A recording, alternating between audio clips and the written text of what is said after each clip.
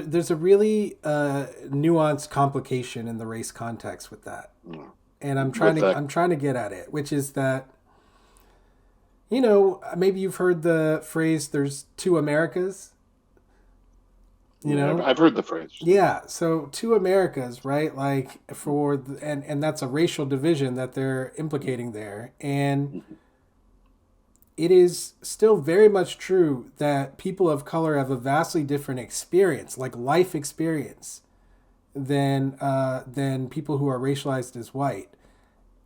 But we're also supposed to silently accept that, And so, like, under these constraints, right? Under these constraints, it is, I don't think it's reasonable to expect the kind of vitriol that people fling at each other not to happen, Mhm. given the historical Yeah, context, given the constraints that we place on people, given that we don't even allow space for people to have the conversation that you and I are having.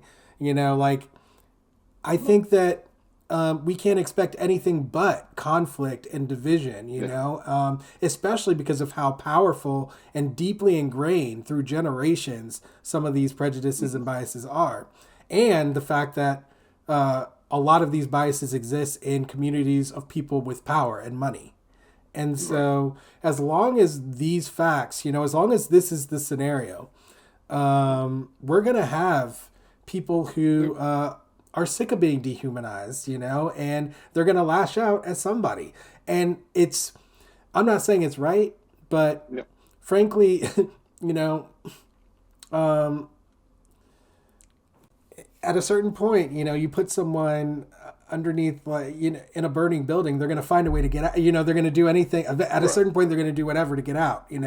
I think that's a totally different scenario than someone feeling insulted or feeling afraid within themselves and saying, oh, I'm shutting off because I don't feel good internally.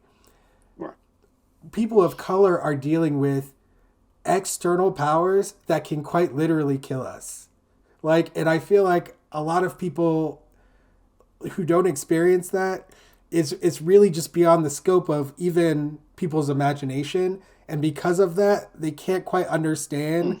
sometimes, like, people of color's actions or words or thoughts, because they never had to imagine themselves as existing in that kind of environment, and maybe they actually don't have the ability to imagine themselves as existing in that kind of environment. The racialized white people who I have spoken to have said they feel like they've gotten some insight. Almost exclusively are people who tell me they either dated someone who was a person of color, was in some kind of had kids with a person of color, or married into a family with a person of color, or befriended people with a person of color. In other words, a personal relationship with a person of color is what gave them greater insight into what it was like to exist as a person of color. I mean, it's Mm. logical, right? It makes a lot Yeah. of sense, but we still live in a very segregated country here. We don't have a lot of opportunity for people to communicate about race. It's discouraged by the overall society.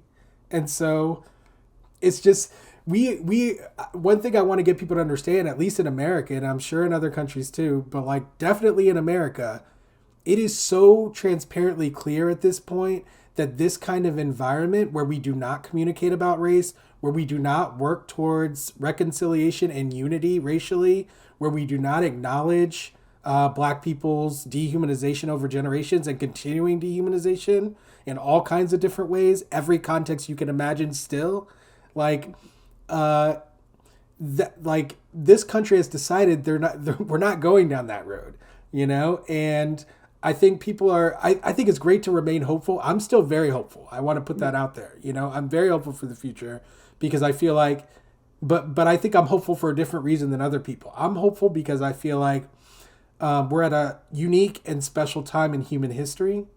I feel like we have technology that allows us to do things that humans could never do in the past, ever, and that it has created opportunities that have never existed, ever, in human history. And so that is the only reason that I am hopeful, is because I feel like a power can be created that can actually fight white supremacy for the first time in the history of white supremacy, at least in America.